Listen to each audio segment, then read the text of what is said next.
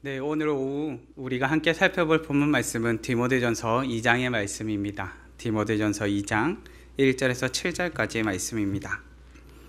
디모데전서 2장 1절에서 7절까지의 말씀입니다. 우리 말씀 한 절씩 교독하시겠습니다. 그러므로 내가 첫째로 권하노니 모든 사람을 위하여 간구와 기도와 도구와 감사를 하되 임금들과 높은 지위에 있는 모든 사람을 위하여 하라. 이는 우리가 모든 경건과 단정함으로 고요하고 평안한 생활을 하려 함이라. 이것이 우리 구주 하나님 앞에 선하고 받으실 만한 것이니 하나님은 모든 사람이 구원을 받으며 진리를 아는 데에 이르기를 원하시느니라. 하나님은 한 분이시요 또 하나님과 사람 사이의 중보자도 한 분이시니 곧 사람이신 그리스도 예수라. 그가 모든 사람을 위하여 자기를 대속물로 주셨으니 기약이 이르러 주신 증거니라. 함께 봉독하시겠습니다. 이를 위하여 내가 전파하는 자와 사도로 세움을 입은 것은 참말이요 거짓말이 아니니 믿음과 진리 안에서 내가 이방인의 스승이 되었노라. 아멘. 오늘의 본문 말씀을 통하여 복음의 전달자로 살기 위해라는 제목으로 말씀을 나누고자 합니다. 우리 지난 주일에 우리 디모데전서 1장의 말씀을 살펴보았었죠. 혹시 기억에 남는 말씀이 있을까요? 네, 뒷머리를 살짝 긁적이면서 바라보고 계시지만 분명히 기억하시지만 말은 못하는 그런 상황이실 거라 생각해 봅니다. 우리 지난주의 말씀 가운데 정체성이 내 삶을 결정한다라는 말씀으로 우리 나눠 보았었고요. 우리의 정체성이 죄인 중에 괴수이며 긍휼을 입은 친구이며 또한 복음의 전달자임을 살펴볼 수 있었습니다. 이러한 우리의 정체성은 우리의 삶을 결정한다라고 하여서 말씀을 나누었습니다. 믿음의 성도님들, 이제 디모데전서 2장의 말씀으로 들어가게 됩니다. 바울은 계속해서 디모데에게 편지합니다. 그런데 디모데에게 편지하고 있는데 이 듣고 있는 수신자가 디모데만이 아니라는 것을 우리는 편지의 내용 가운데서 알게 됩니다. 디모데만을 위해서 쓴 것이 아니라 교회의 질서와 또한 교회를 위해서 쓰여지고 있음을 살펴보게 됩니다. 초대 교회 가운데는 아직 질서가 완전히 확립되지 않았었고 또한 그들 가운데 이 질서를 가르치며 세우고 권면하고자 하는 것이 이 편지의 내용 가운데 들어가 있음을 보게 됩니다. 바울은 자신의 일컬어 이렇게 말합니다. 전파하는 자와 사도라 말합니다. 바울은 자신이 복음의 전도자로 이방인들의 스승이라 고백합니다. 오늘 본문 말씀을 통해 복음의 전달자로 살기 위해라는 제목으로 살펴볼 텐데요. 우리는 바울의 이 고백을 통하여서 오늘을 살아가는 우리도 복음의 전달자로 살아가기 위해서 어떻게 해야 되는지를 한번 살펴보기 원합니다. 복음의 전달자로 살기 위해 우리는 어떻게 해야 될까요? 첫째는 복음을 증거하라. 본문 5절과 6절 말씀입니다. 하나님은 한 분이시요 또 하나님과 사람 사이에 중보자도 한 분이시니 곧 사람이신 그리스도 예수라. 그가 모든 사람을 위하여 자기를 대속물로 주셨으니 기약에 이르러 주신 증거니라. 아멘. 믿음의 성도님들, 복음을 증거하는 우리가 되기를 바랍니다. 복음이란 무엇입니까? 우리 성도님들께서 정의하시는 복음이란 무엇입니까? 사실 기쁜 소식입니다. 혹은 예수님에 관한 것입니다. 다양하게 정의해 볼 수 있죠. 그런데 신학적인 정의를 살펴보면 이와 같습니다. 하나님께서 인간의 구원을 위해 예수 그리스도를 통해 알려주신 기쁜 소식입니다. 복음의 핵심은 무엇입니까? 바로 예수 그리스도입니다. 누구든지 예수 그리스도를 믿으면 구원을 주신다는 것입니다. 예수 그리스도가 복음의 핵심입니다. 대체할 수 없는 복음의 핵심이 바로 예수 그리스도입니다. 오직 한 길 예수 그리스도밖에는 우리에게 그 어떤 구원의 길도 제시하여 보여주신 적이 없으십니다. 종교개혁자 존 칼빈은 이렇게 고백합니다. 자비로운 하나님께서 그리스도를 우리에게 주셨는데 이는 우리가 그를 붙잡고 소유하도록 하시려는 것이다. 복음은 우리가 날마다 예수 그리스도를 붙잡고 예수 그리스도와 연합하여 오늘을 사는 인생 되기를 우리를 인도하고 우리를 붙들어주고 우리를 안내해 줍니다. 그런데 여기에 문제가 있습니다. 우리가 사는 일상은 복음을 증거할 때 복음을 복음으로 받아들이지 않더라는 것입니다. 기쁜 소식을 기쁜 소식으로 받아들였으면 좋겠는데 많은 사람들이 이 기쁜 소식을 기쁜 소식으로서 받아들이지 않더라는 것입니다. 분명 기쁜 소식이어야 할 복음이 오늘날 거절당하고 외면당하고 때로는 값싼 취급을 당하고 있음을 살펴볼 때가 있습니다. 그러다 보니 복음을 증거할 때 담대하기보다는 소심해지고 복음을 말하기 위해 입술이 떨어지지 않을 때가 참 많음을 살펴보게 됩니다. 사실 이번 한 주를 보내면서 우리 청년 여러분들은 어떤 이야기를 참 많이 해보셨습니까? 저는 이번 한 주를 지나면서 가장 많이 들은 이야기가 무슨 이야기일까요? 놀랍게도 흑백 요리사 이야기를 가장 많이 들었습니다. 사실 우리가 좋아하는 너무 재밌어하는 흑백 요리사 이야기를 할 때는 우리의 입술이 저절로 떨어집니다. 그런데 일상을 살아가면서 내가 믿는 예수님, 우리가 신뢰하는 예수님에 대해서 이야기할 때는 참 입술이 떨어지지 않을 때가 있음을 고백하게 됩니다. 자녀를 키우다 보면 종종 마주하는 상황이 있습니다. 감사한 것은 우리 자녀들이 참 어린 시절에 신앙교육을 잘 받은 것 같은 느낌이 들 때가 있습니다. 어떤 상황인가 하니까요, 우리 아이들이 가서 주일이 지나고 학교를 가고 어린이집을 가면 하나님과 교회에 대해서 참 많이 말했던 것 같습니다. 그러다 보니까 한날 저희 집 막내가 저에게 와서 이야기합니다. 아빠, 어린이집에 가서 교회 이야기하면 안 돼요? 라고 저한테 질문을 합니다. 우리 반에서는 저만 교회 다녀요? 라고 저한테 이야기를 하더라고요. 그래서 무슨 일인가 하니까 이 친구가 주일만 지나고 어린이집에 가면은 교회에서 있었던 일, 교회에서 놀았던 일, 교회에서 들었던 일, 교회에서 했던 것들을 막 이야기하다 보니까 그 아이들과 아이들 사이에 있어서 교회에 대해서 전혀 모르다 보니까 이것을 선생님한테 막 물어보기 시작하고 반에서 도대체 하나님은 뭐예요? 하나님은 누구예요? 라고 물어보기 시작하니까요. 그래서 어린이집에서 교회 이야기가 금지당했습니다. 그래서 저희 막내가 와서 물어보더라고요. 아빠, 교회 이야기 하면 안 돼요? 그래서 사실은 저도 여기서 어떻게 말해야 될지 지혜가 필요한 순간이 찾아왔었습니다. 우리는 실상 복음을 증거하다 거절당하는 상황, 그리고 복음을 증거하기에 힘겨운 현실을 마주할 때가 참 많이 있습니다. 이럴 때 어떻게 해야 할까요?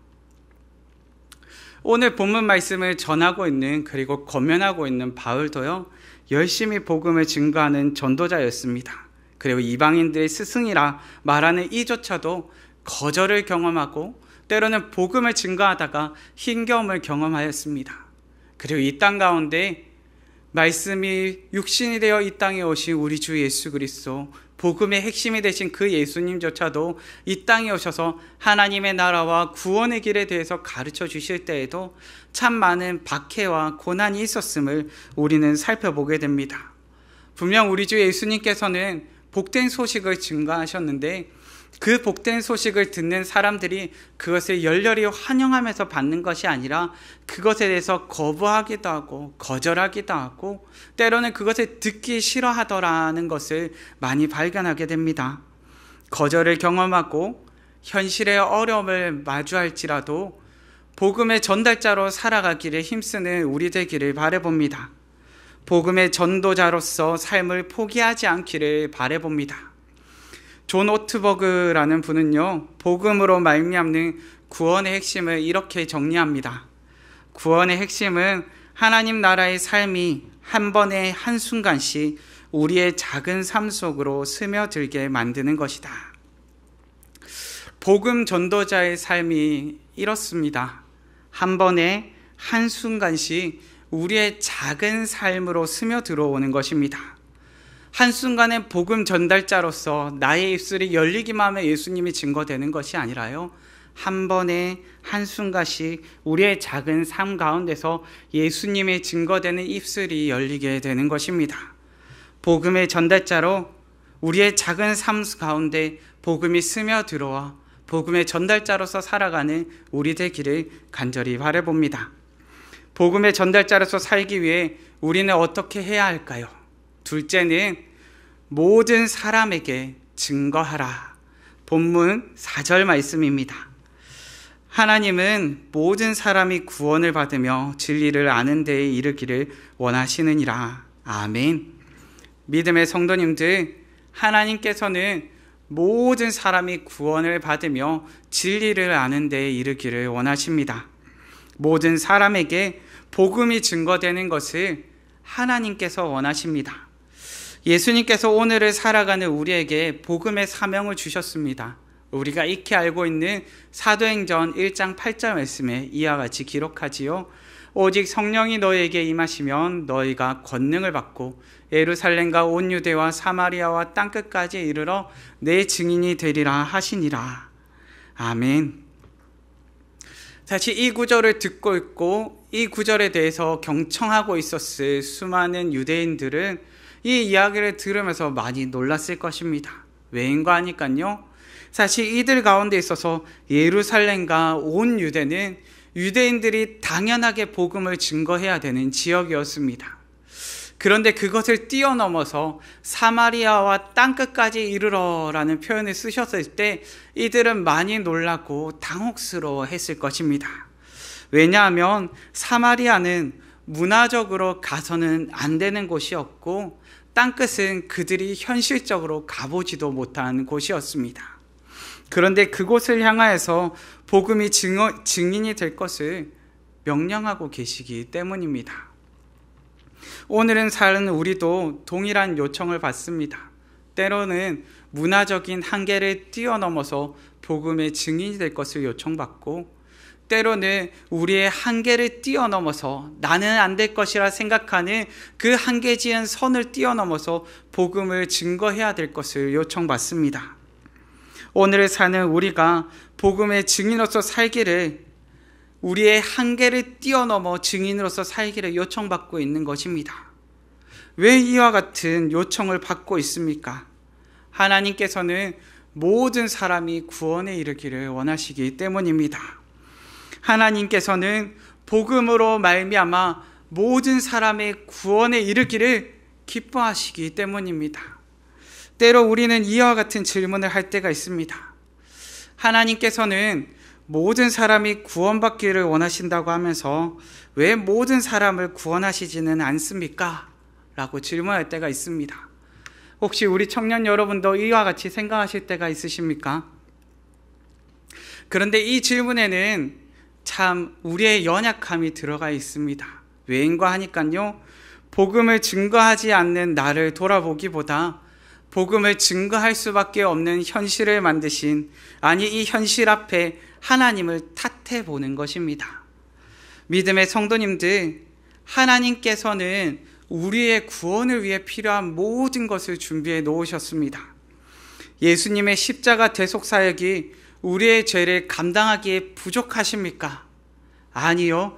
모든 사람의 죄를 감당하기에 차고도 넘치도록 준비해 놓으셨습니다. 예수 그리스도의 대속의 죽음이 우리 모든 사람의 죄를 감당하기에 충분하더라는 것입니다. 그런데 이처럼 충분함에도 모든 사람이 구원을 받는 것은 아닙니다.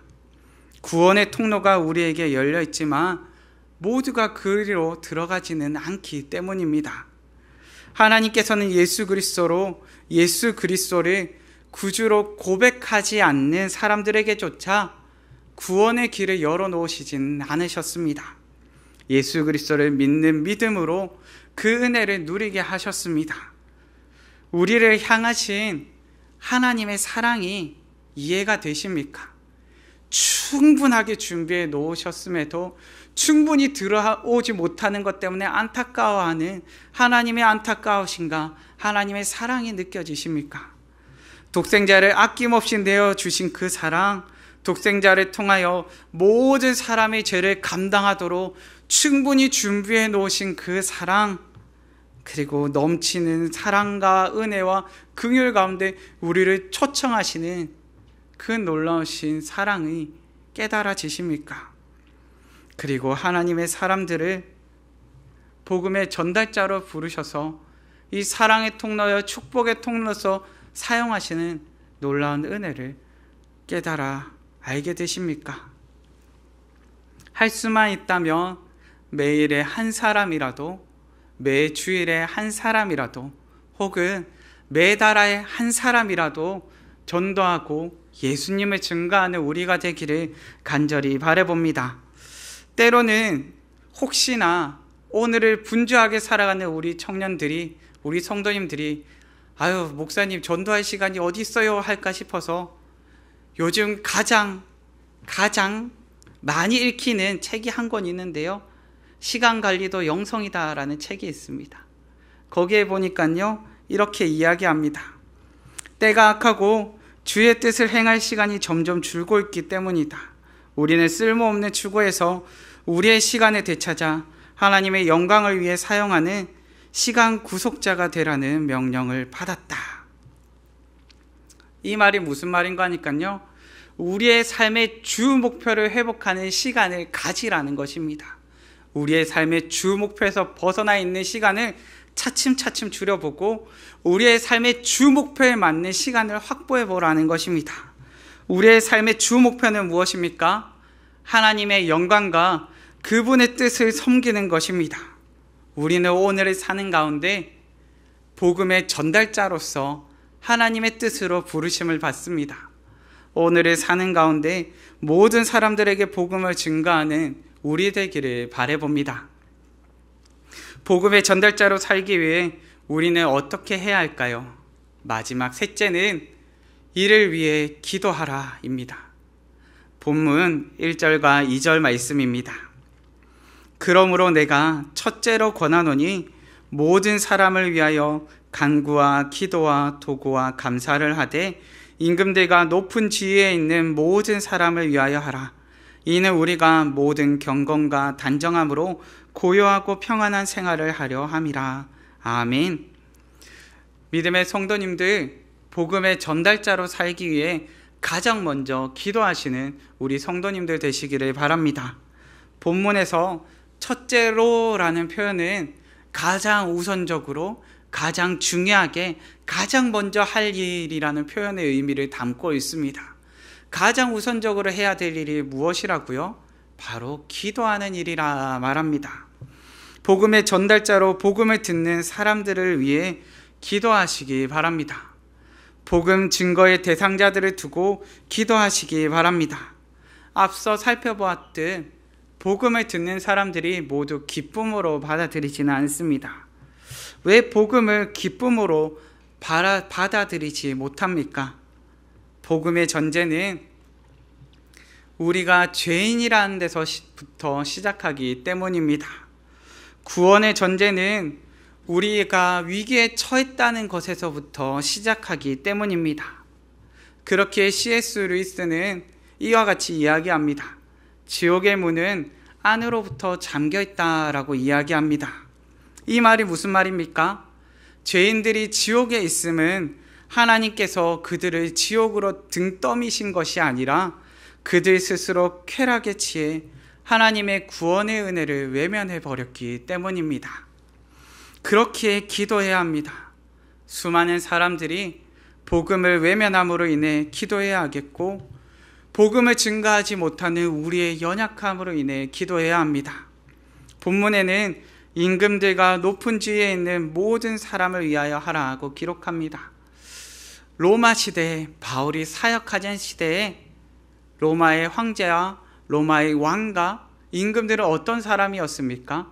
바로 복음의 박해자요, 복음의 반대자들이었습니다. 그런데 이러한 복음의 대적자들을 향하여서 기도하라고 이야기합니다. 우리는 이 땅 가운데 하나님의 나라가 확장되고 긍휼히 여겨주시기를 기도해야 됩니다. 특별히 복음의 핍박자요, 복음의 대적자들을 붙들고 기도하셔야 됩니다.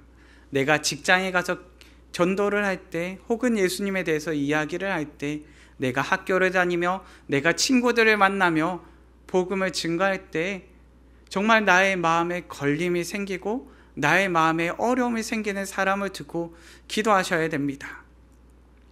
저도 어린 시절 저희 집에 가장 큰 복음의 핍박자가 있었습니다. 누구셨을까요? 저희 아버지셨습니다. 참 어렵더라고요. 아버지가 교회를 안 다니시고 교회를 반대하시니까 참 어렵더라고요. 그러다 보니까 어린 시절부터 부지런히 기도했습니다. 20년이 넘게 열심히 기도했습니다. 그러다 보니까 놀라운 일이 일어납니다. 어떤 일이 일어날까요? 아버지가 새롭게 직장에 들어가셨는데 옆에 보니까 교회 다니는 사람, 또 옆을 보니까 교회 다니는 사람, 직장 상사도 교회 다니는 사람, 직장의 사장님도 교회 다니는 사람, 그리고 밖에 나가서 그냥 친구들을 만나시는데 만나는 분들 또 누굴까요? 또 교회 다니는 사람. 신기하게 주변에 교회 다니는 사람들만 계속 붙여주시더라고요. 그러면서 차츰차츰 복음의 문이 열리고 교회로 초청되는 모습들을 발견하게 됩니다. 믿음의 성도님들, 하나님의 나라가 확장되고 또한 긍휼히 여기시기를 기도하는 우리 되기를 바랍니다. 한 저자는 기도에 대해 이렇게 정의합니다. 기도란 무력한 인간에게 주어진 특권이라고 생각한다. 기도와 무력함은 떼어놓을 수 없다. 오로지 무력한 이만이 진심으로 기도할 수 있다. 하나님께서는 복음의 전달자로 오늘을 사는 우리에게 기도라는 특권을 주셨습니다. 때로는 아무리 복음을 전해도 듣지 않는 무력함을 이 땅 가운데서 경험하게도 하십니다. 우리의 힘으로 안 되는구나 라는 그 무력한 현실을 경험하게 하실 때도 있습니다. 그런데 이 무력한 가운데 기도하시기 바랍니다. 우리가 이 땅을 사는 가운데 우리에게 특권으로 주어진 이 기도를 우리의 무력한 가운데서 해보시기 바랍니다. 우리의 무력한 가운데서 일하시는 하나님의 놀라운 일하심을 그 순간 발견하게 될 것입니다. 본문에는 기도에 대해 간구와 도고라는 표현을 추가로 사용합니다. 간구는 깊은 곳에서부터 오는 개인적인 기도입니다. 하나님께 간구하다 보면 하나님의 뜻과 마음을 알게 되고 나의 삶이 내어놓아지며 그 나의 삶의 중심이 바뀌게 됨을 경험하기도 합니다. 도고는 왕께 담대히 나아가는 것입니다. 그런데 왜 나아가는 거 아니까? 나를 위해서 나아가는 것이 아니라 남을 위해서 나아가는 것입니다. 바로 중보하고자 나아가는 것이지요. 복음의 전달자로 살기 위해 마음의 깊숙한 곳에서부터 하나님을 알고 복음을 듣는 이들을 위해 하나님께서 일하시길 기도하는 우리 되기를 바랍니다. 기도는 하나님과의 만남이며 하나님과의 연합이며 하나님께서 시작하신 대화를 이어가는 것입니다. 믿음의 성도님들, 기도로 복음의 전달자로 살아가는 우리 되기를 바라봅니다. 말씀을 정리하겠습니다. 본문은 오늘을 사는 우리가 복음의 전달자로 살기 위해 어떻게 해야 된다라고 이야기합니까? 복음을 증거하라고 이야기합니다. 복음을 증거하되 모든 사람에게 증거하라고 이야기합니다. 그리고 이를 위해 기도하라고 가르칩니다. 복음이란 무엇입니까? 하나님께서 시작하시고 그리스도께서 완성하신 일입니다. 우리는 이 일의 증인으로 이 땅을 사는 것입니다. 복음을 증거하는 복음의 전달자로서 오늘을 살아가시는 우리 성도님들 되시기를 간절히 바랍니다. 이 시간 다 함께 찬양하실 텐데요.